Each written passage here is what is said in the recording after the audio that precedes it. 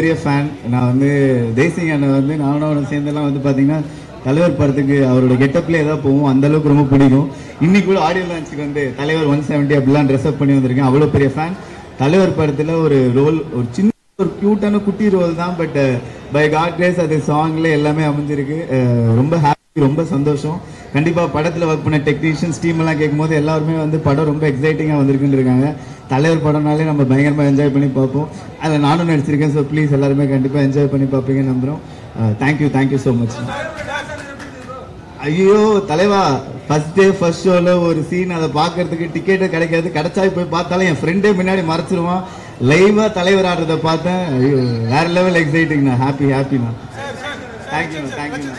இப்போ இந்த படம் வந்து ஒரு சோஷியல் மெசேஜ் சொல்ற மாதிரியான படமா இருக்குன்னு சொல்றாங்க. ஸோ இதுல வந்து நம்ம ரஜினி சாருடைய ஸ்டைல், அந்த மேனரிசம்லாம் இருக்குமா, எதிர்பார்க்கலாமா? கண்டிப்பா ஞானவேல் சார் அப்படின்னும் போது கண்டிப்பா நம்ம என்ன ஒரு விஷயம் அழகா எப்படி சொல்லணுமோ அதை அழகா சொல்லியிருப்பாங்க. அண்ட் கண்டிப்பா அது ரஜினி சார் ஸ்டைல்ல வருது அப்படின்னா இன்னும் எல்லாருக்கும் புரியுற மாதிரி ரொம்ப அழகா ஆடியன்ஸை வந்து என்டர்டெயின் பண்ற ஒரு விஷயமா தான் இருக்க போகுது. கண்டிப்பா இந்த காம்போ வந்து பயங்கரமா நீங்க எல்லாம் என்ஜாய் பண்ணுவீங்கன்னு எனக்கு தெரியும். தேங்க்யூ.